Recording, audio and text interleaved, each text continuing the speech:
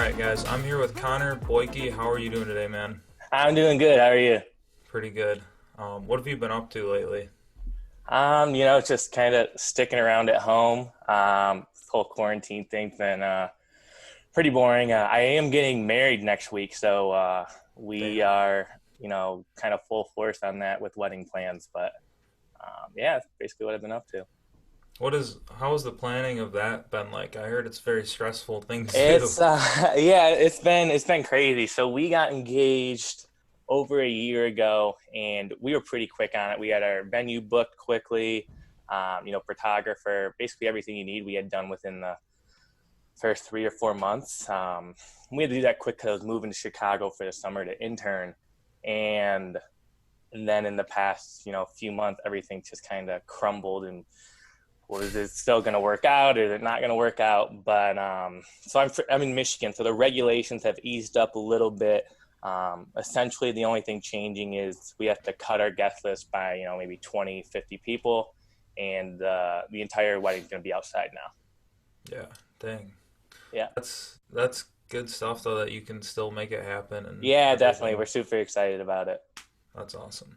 Have you been like able to like? It seems like you've been able to stay in shape since the whole quarantine thing. Like, what have your routines been like?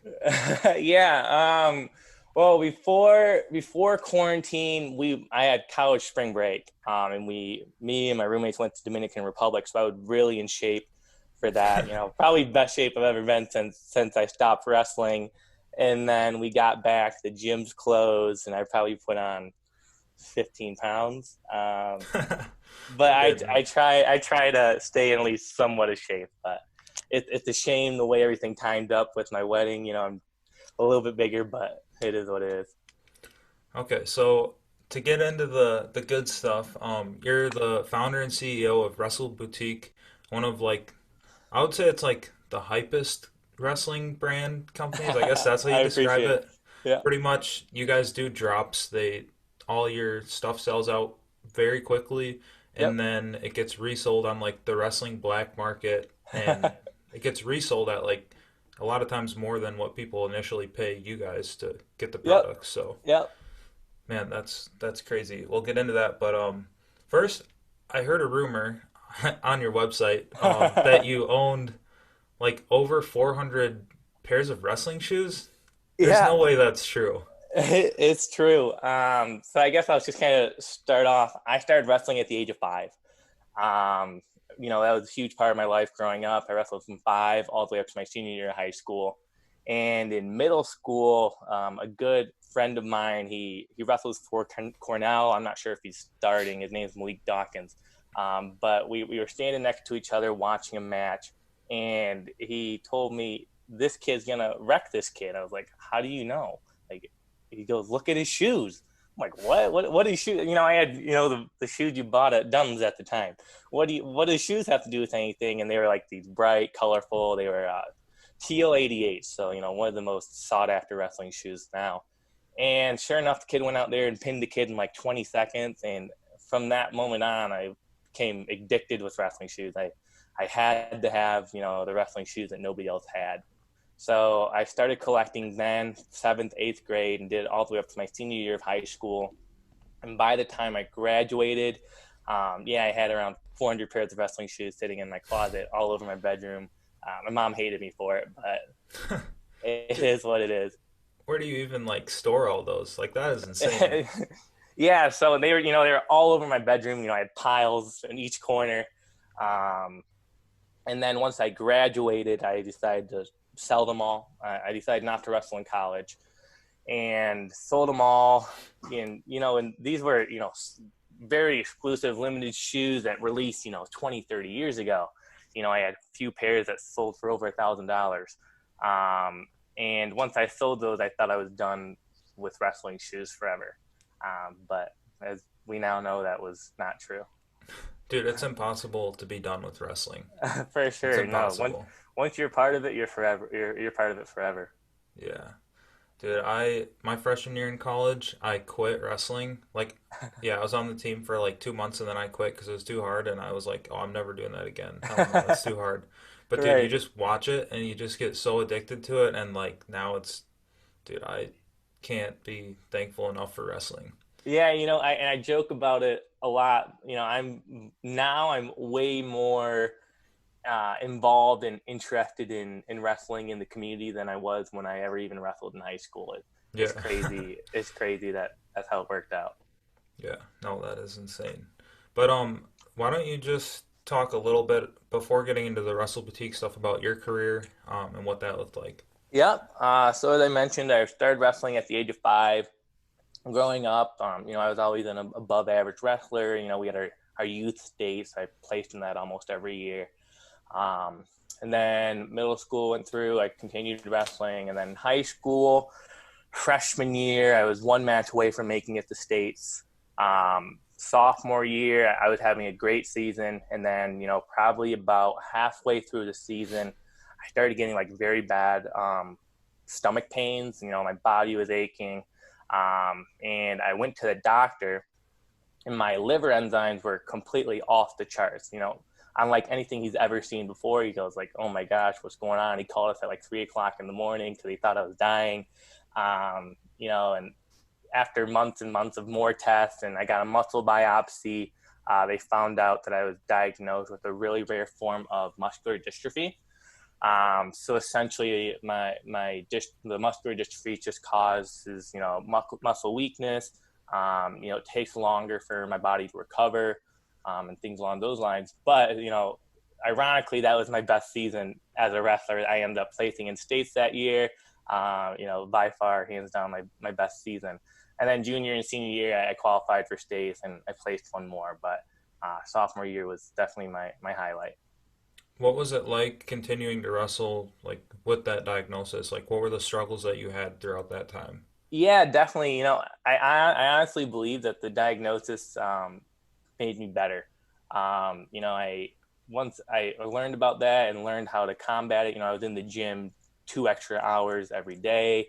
I was really focusing on what I ate and watching, all the physical activity I did. It was more of a lifestyle at that point. Before it was more of just a sport, a hobby for me. But once I learned about that, everything I did was very precise, and um, just wanted to make sure that I took care of my body. What like what are like the finer details of like obstacles that were like brought up because of this, like that you Yeah. had to work through? So I think the biggest obstacle is muscle strength. Wrestling is a very physical sport. And I guess I didn't realize it, but before that, I thought I relied a lot on my strength. However, once I learned about that, I sort of kind of realized and practiced in wrestling with others that maybe I wasn't as strong or, wrestling as close with people I was wrestling. So I started to focus more on technique and quickness. So I would focus more on like a sweep single rather than trying to outmuscle somebody, and it really made me focus more on the angles and things like that. Good stuff. Dude, sweep singles, that's my shit too. Yeah, for I sure. love that move. Yep. Like when you can hit it fast enough and then Oh, they it's sprawl perfect. too When late and you're just they behind them. fall right down, there's not a better Yeah. feeling. See, that was my problem because I didn't know how to finish it, so I just hoped that they sprawled and I was behind them. Otherwise, I was screwed. But Yep, yep. anyways, when was like the first time you even had a thought of like starting anything like Wrestle Boutique? Yeah, it was my freshman year of college. So rewind a year, senior year of high school. So I was diagnosed with muscular dystrophy. Doctors recommended I don't wrestle anymore. So senior year of high school, I sort of had the decision of going wrestle D2, D3, or I got into the University of Michigan, which is a great academic school. So it's kind of focus on academics and go to as good a school as I can, or go wrestle. And I chose academics, so I sold off all my shoes, thought I was done with wrestling. And then freshman year of college, I was sitting in my dorm room, bored out of my mind, and I was just like, what would I be doing if I was still in high school? And it kind of hit me that I'd be on this website called Flickr, where everybody would buy, sell, and trade wrestling shoes. I'd be on there, texting people and trying to trade my shoes or buy some shoes or sell some shoes. That took up a lot of my time in high school, and I realized I really missed it. I missed the wrestling shoe community, wrestling in general. I kind of had a few different options in my head. One, I could start buying, selling, and trading wrestling shoes again. And quite frankly, I didn't wrestle anymore, so it didn't make sense for me. And I'd have to rebuild everything back up, and that just wasn't as attractive as an option for me. And then number two, I thought it would be really cool if, maybe I could make my own shoe. And at first, that's all the idea was. Maybe I could make my own shoe and we'll see what happens. So after months and months of, kind of coming up with a design, and I'm not going to lie, the first design wasn't the best shoe. I definitely had a lot of learning to do. I worked with some designers and did a bunch of research on finding suppliers, and eventually I got my first sample shoe, and I was really proud of it. I thought this was really cool. What was I, probably 18 years old at the time, and I created a wrestling shoe. I think I posted some pictures on social media, and a bunch of people got excited. So I thought, maybe this could be something. And that's when I started WrestleBoutique. I think next I ordered 10 pairs of shoes. That was all the money in my bank account to order 10 pairs of shoes. And I had no idea if it was going to work out or not. And set up the website, released those 10 pairs, and they sold out within a minute. And I was like, holy crap. From there, that's kind of where everything took off. So my questions are like, you have this idea to design a shoe and start making shoes. Where Mm-hmm. do you even go to find anyone that knows anything about designing a wrestling shoe or making a wrestling shoe? Right. A lot of it was me, and I did a lot of learning, watched a lot of YouTube videos. I think I even paid for like an online class on how to design shoes. It was a lot of work. But I think once you have an idea and you're really committed to it, you'll do what you have to do to make something work out. So, the shoes sold out in literally a minute, all 10 pairs. That's very impressive. As someone that's tried to sell merch, it's not always that easy. It So, is not easy. I can agree with you on that one. um, I guess like first leading up to that moment when you sold the shoes, I'm sure that was like kind of like the first little break that you were like, "Damn, this is awesome." Yeah, But yeah. like what was it? How did you stay motivated to keep working on it? Because I'm sure you put in tons of work that nobody saw. So, Yeah, I think the biggest thing was the support from the wrestling community and the wrestling shoe community in general. When I started off, I really documented everything I was doing via social media.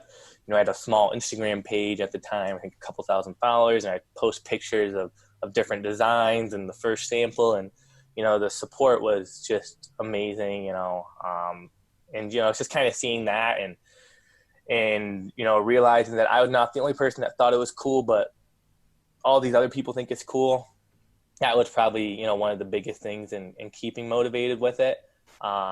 So yeah. um, so another thing I was gonna ask is how did you like grow the following just to sell those 10 pairs of shoes? It sounds like you had an account already that had a couple thousand followers. Were you Yeah. just like posting kind of like pictures of shoes because like for Yeah, people to like that scroll and be like, that's this is that's all cool? I was doing. I had this account that I used. I had those 400 pairs of shoes before, and I was selling all those through this account.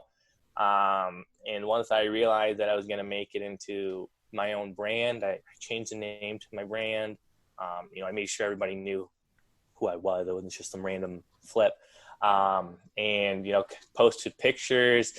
Eventually, I made a Facebook page, a Twitter page, and really everything in the beginning was all through social media and word of mouth. The wrestling community is super strong, and there's no way I probably could have done anything like this if it wasn't in wrestling, if it was a different sport, just because other sports communities aren't as tight knit as wrestling. Yeah. So it was originally your account and then you just kind of transferred it to Wrestle Yep. Boutique. Yep. Nice. So it sounds like you had some success like right away, but what kind of struggles did you have initially in like those first 2 years, I guess? Yeah. So in the beginning, first and foremost, the biggest struggle was, actually having the ability and capacity to create designs and find suppliers. That's probably the biggest barrier to everything is, doing that and, finding shoes that not only look good, but are durable and can last, a few seasons.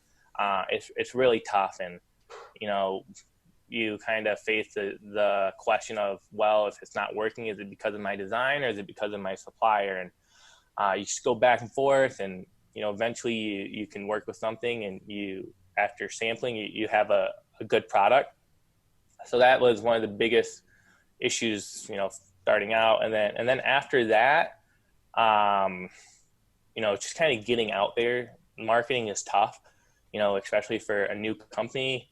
I was working with a limited budget, so I wasn't doing Facebook ads or Instagram ads. I was doing everything sort of word of mouth. And what I ended up doing was I worked with a lot of, big wrestling social media pages.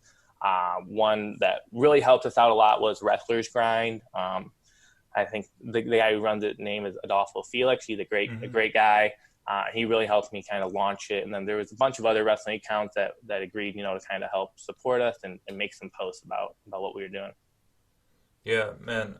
He's the wrestler's grind guy, Adolfo. He's the one who I originally started Mad Awareness with, Oh, but okay. it kind of fizzled out for a while. I like wrestled my season and didn't really Hmm. focus on it, but yeah, Yeah. he's always posting about little pages and trying to just help people get exposure and grow Yeah. wrestling. He's a great guy. So, um, what were like the other big breaks, I guess, that you had those first couple years? Like, how did those other drops go after the first one? Yeah. So, I mean, after the first one, we were able to really keep the momentum. Um, I think after the 10 pairs, we did like a few shirts, and those sold out. And then we had a bigger release, the WB 1.5, which was our second release, and those sold out in under a minute.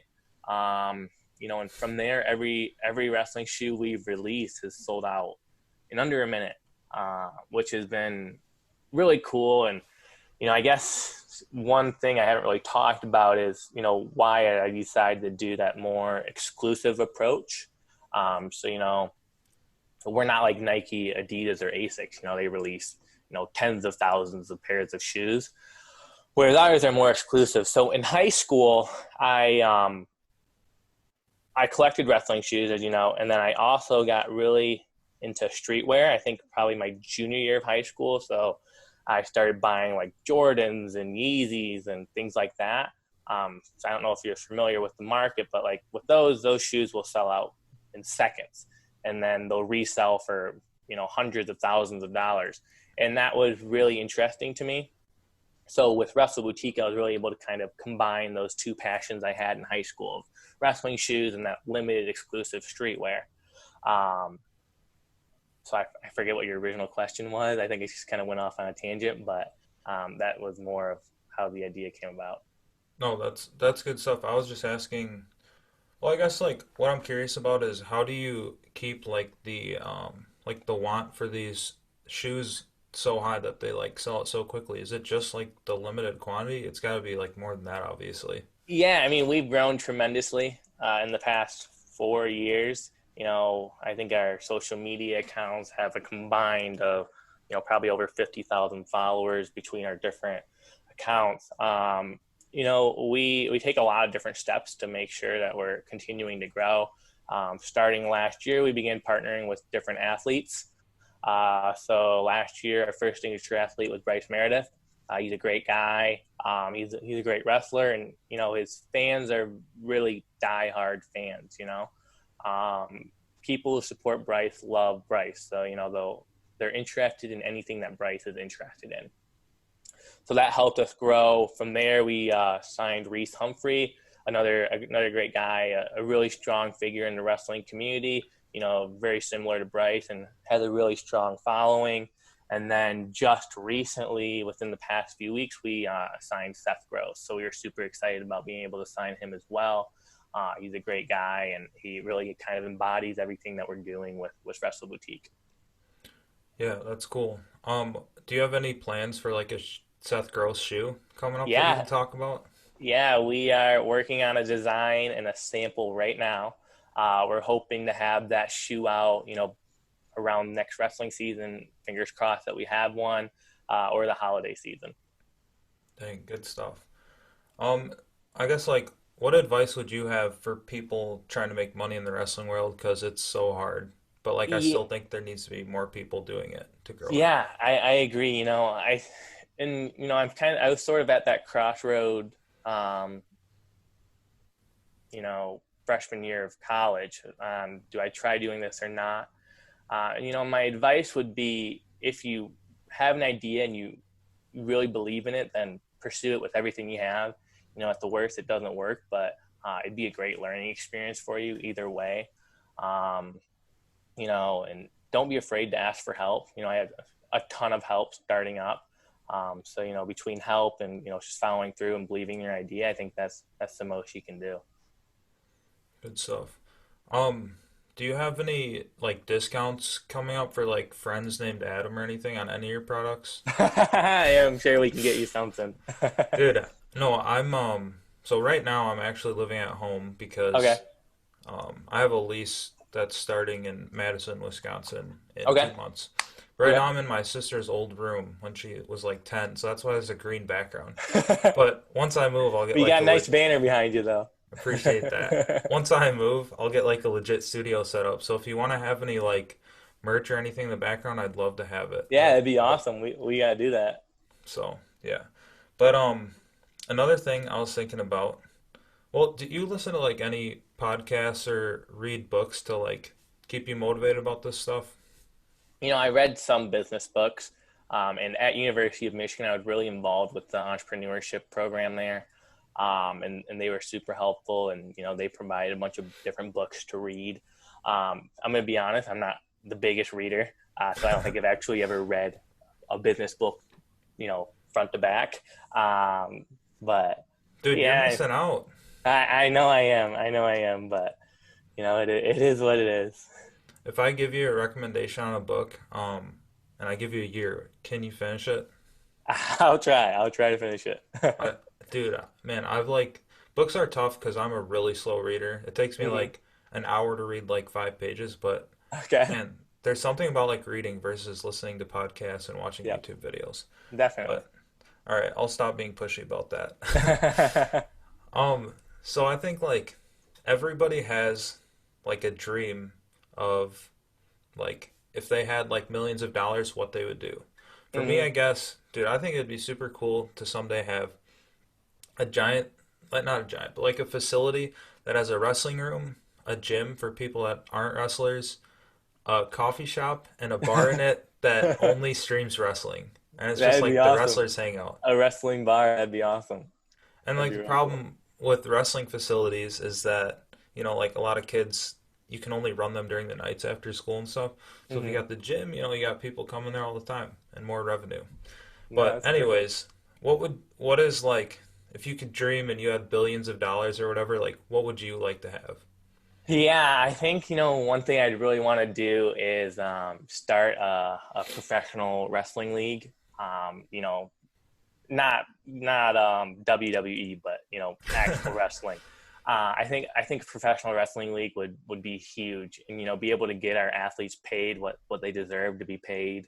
Um, I think it would allow the sport to grow a lot. I think one issue we're facing, as a sport is there's not there's not like a there's not an MBA for Yeah. wrestling. With wrestling, it's when you're growing up, it's I want to be an Olympic champion, but long term, from a monetary perspective, it's a risky choice. You have to be the best of the best, in order to win an Olympic medal and make enough money to support yourself as a wrestler, as a career. Whereas a league would allow that, you know, you still have to be a great wrestler. Don't get me wrong, but it would allow um, more of a chance to make wrestling a living. You know, Hmm. because there's a ton of great wrestlers that have graduated college that after they graduate college they had to be adults, and work a 9 to 5 job rather than be able to continue what they love. So I think a wrestling league would be really cool, and be the person that runs that would be even better. So I think that's what I would do. Definitely. So like we see the UFC, they have like a bunch of cards pretty much. Yep. And that's great. You know, we see athletes compete like at most probably like 3 times a year. I Yep. mean, there's some exceptions obviously, but Right. I think like I think what would really help is if we had a season where there's like even if it's like 5 duels where you like wrestle other teams. Yep. That I would think it'd be be awesome. I think it'd be yeah. so cool. Yep. What route do you think would be the coolest to go with that? What do you mean? Can you elaborate on that? So like, would you set it up? And we're obviously dreaming here, but Right. would if you could like, would you set it up like where you have a bunch of cards, or like where you have kind of like teams or like RTCs that compete against each other I weekly or think, monthly? yeah, I think the RTCs and teams competing against each other would be really cool. Because wrestling as a fan of like I'm a big Michigan college, University of Michigan wrestling fan. So obviously I'm huge fans of everybody on the team.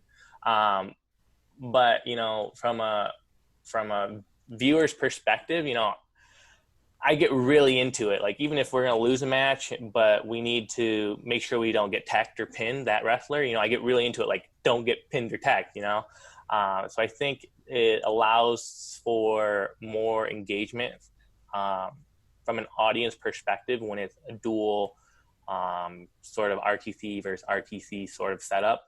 Whereas if it's a card wrestler versus wrestler, you're if somebody's losing 5-0 at the first period, you basically know it's over.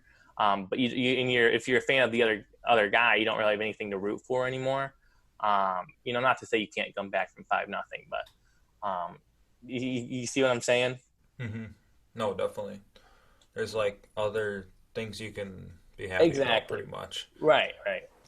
But man, yeah, that would be awesome. I'm excited about the Flow Wrestling card. That'll be fun. See Yeah, where that we've goes. seen this quarantine is this whole COVID thing has definitely been unfortunate, but I think it's definitely forced the sport of wrestling to grow and take a step forward.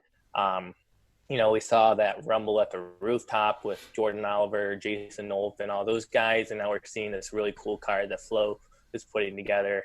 I really hope that once all this ends, that this sort of stuff continues to happen because it's awesome. Yeah, definitely. It seems like having like the no viewers, so you don't have to buy an arena, Right. um, and then just having people buy it on the stream is like the perfect Exactly. way to do it. I So agree. it's exciting.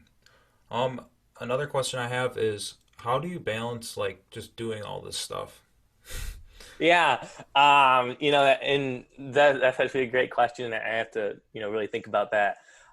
So as I mentioned, I graduated from Michigan, just a few months ago. So while I was in college, I had to balance, running WrestleBoutique and schoolwork. And, I sort of found a good groove with that. I would focus on schoolwork during the day, focus on company stuff at night. Once it turned maybe 8 o'clock, I would stay up however late I needed to stay up in order to get what I needed done for Wrestle Boutique during the day. And then, I haven't brought this up, but last summer, Wrestle Boutique acquired another company, Funky Flickr Boys. So this past year, I was running two companies and doing schoolwork. So, it's really kind of budgeting out time for when you're going to do what. And nighttime works especially well with this because I'm talking with suppliers overseas and stuff like that. And then now I've graduated and I have really two decisions or three decisions. One, I have a full-time job offer in Chicago to do marketing for PepsiCo with the Gatorade brand, That's so I could awesome. do that full time. Congratulations. Thank you. So I could do that full time, and maybe just kind of forget about Wrestle Boutique and Funky Flicker Boys not happening. Or I could try to go do that full time and try to run two companies at the same time. Maybe it would work, maybe it wouldn't. Or what I'm leaning towards, which I'm basically 99% sure is happening now. I'm just gonna focus on running Wrestle Boutique and Funky Flicker Boys full time, and tell PepsiCo thank you for the offer. It's a great job opportunity, but I want to bet on myself with this one. Yeah, and I think that's It seems like forcing yourself to do something is sometimes like the best way to just make sure you do it. Yeah, for Um, sure, for sure. Good stuff. Did you have any like, so you talked about getting married in a week. You've probably been dating for quite a while now. Did you have any We've been struggles dating in since like, high school. Yeah. okay, did you have any struggles with like balancing everything in terms You of like your know, relationship? honestly, I would not be able to run WrestleBoutique and Funky Flicker Boys without my fiance. She's a huge part of the company. We still do all fulfillment through through us. We don't hire a fulfillment facility. So she every time we have a release, she'll sit downstairs in the basement and pack and ship stuff for hours and hours and hours with me. Wait, what Um, does, sorry, what does fulfillment mean? Is that just like shipping everything and right, stuff? yeah. So like once you get an order, packaging it up and shipping it out. I wouldn't be able to do it without her. Cool. Good stuff. So do you have, besides like the Seth Gross shoes that might come out soon, or not soon, but like in the next year, which Yep. are awesome, do you have any other projects that you're working on or have thoughts about that you can talk about? Yeah, so we have another WB 3.0 model. I can show you what those look like. We recently released the WB 3.0 with Reese. So this is the WB 3.0 model. Damn. So we have another one of these coming out probably within the next 2 to 3 months. And then after that, we're coming out with a complete new model of wrestling shoe, the WB 3.5, which will be what Seth's shoe is. We're going to come out with another Bryce Meredith shoe, and then we'll come out with another Reese shoe. And then, are you familiar with the Wrestling Hype House on Yes. TikTok? Yeah. We're working on a shoe with them, which would be really cool. That'd be kind of the first time a social media page has gotten their own shoe. I think would be Yeah. pretty sweet. And once again, that's a way of supporting other wrestling avenues. Supporting this page or this page. So that's really cool. And That's then with also smart just in terms of like they reach a lot of like younger kids that might not be in like right, the shoe world, but that's exactly. just genius on your part. So, Yeah, and the, congrats. and the people who are over there are great people. Yeah. And then with Funky Flicker Boys, we are actually releasing the spring summer collection tomorrow at 6 o'clock p.m. Eastern time. I guess this will probably be shown on Monday, so it'd been yesterday for you guys. So Sunday. And that consists of 3 different pairs of wrestling shoes. I can show you what those look like. So here's the first one. Here's Those the are sweet. second one. For those just listening to the podcast, these look dope. That's how I'd best describe them. And then these are the last ones. Um, so that'll be releasing Sunday. Um, Other than that, Funky Flicker Boys will have a fall collection, just like we have a spring summer collection. Um, so yeah, that's what I got my hands full with. And then one thing that we really want to get into is doing more custom team gear. So that as of right now, we're only selling our stuff through our website, to people who want to buy our branded stuff. But I think it would be really cool, and now that I have more time, to start reaching out to high schools and maybe even colleges, and having Wrestle Boutique or Funky Flicker Boys singlets, warm up gear. Maybe we could even do some cool team wrestling shoes for them. Um, so yeah, that's another project that I'm working on as well. Do you have any ideas for like just clothing in the future? Because obviously I don't wrestle anymore, so I probably wouldn't buy shoes, but I'd love to Right. buy some clothing. Yeah. So we actually have a shirt releasing tomorrow. I'm wearing it. So this is Oh, a Funky really? Flicker Boys shirt. So we've done some clothing, but our specialty is definitely shoes. But we're trying to expand more and more into different products. So you got the shoe drop tomorrow, that's right. Yep. How many pairs are you releasing like now? Yeah. Yep.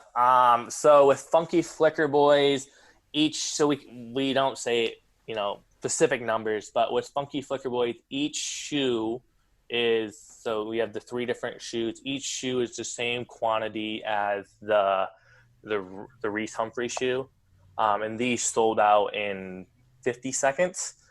So still exclusive.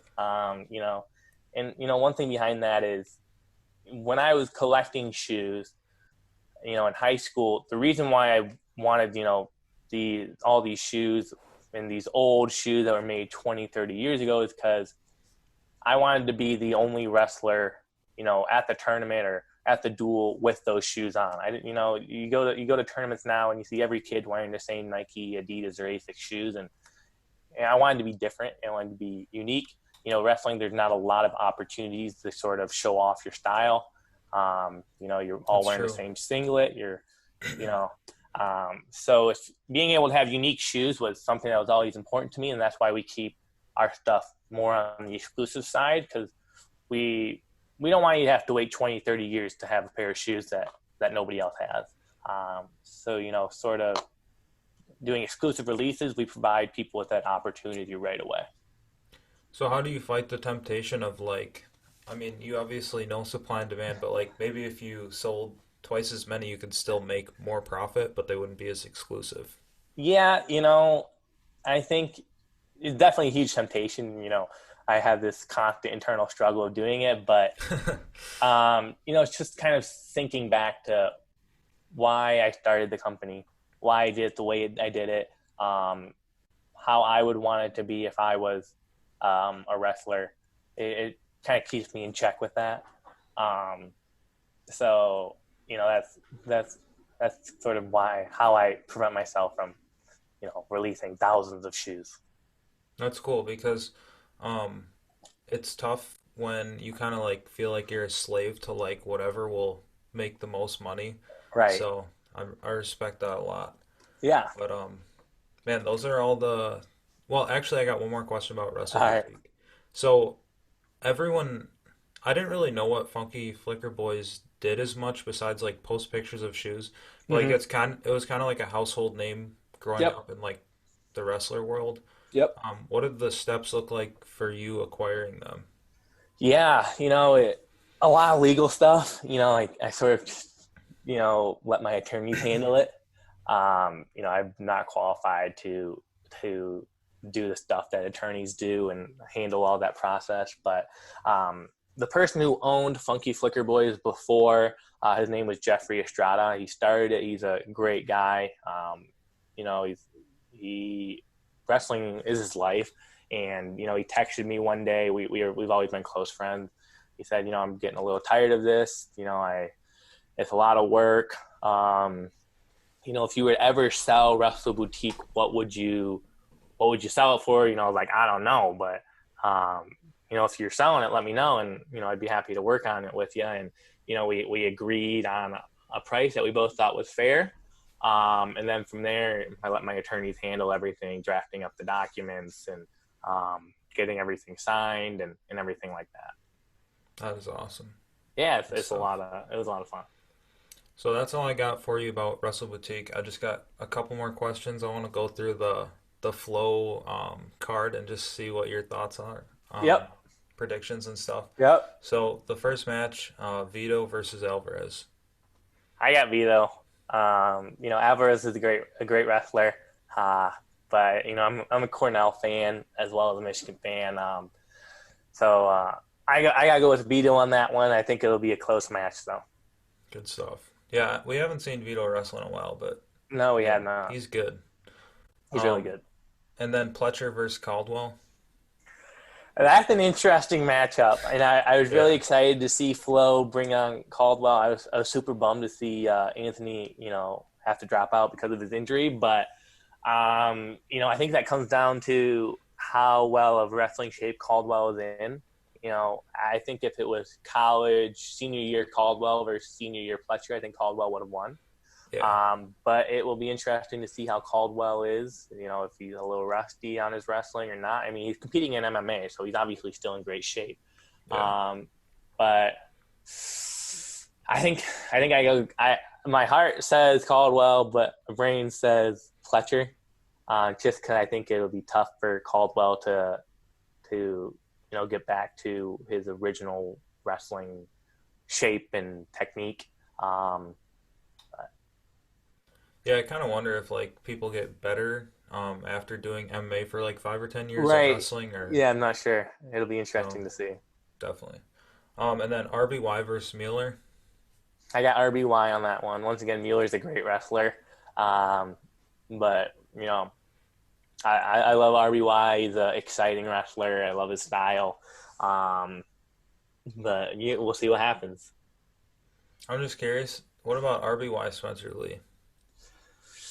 I would have to go Spencer Lee on that one. Spencer Lee is probably arguably the greatest college wrestler in right now, at least. One of the top college wrestlers in the past decade. Yeah. I think he'll win multiple Olympic titles. He's just a freak on the mat. He's amazing. Yeah, and then the last one is Dake versus Chamizo. I gotta go with Dake on this one. I gotta support the U.S. wrestlers. I think Chamizo's a great athlete, but some of his tactics of ducking wrestlers at international tournaments rubs me the wrong way, especially when we're trying to grow a sport.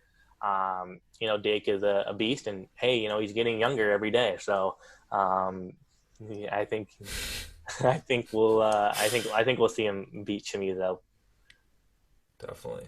Yeah. Well, man, this has been very enjoyable. Thank you so much for coming on. Yeah. Thanks for having me. No problem.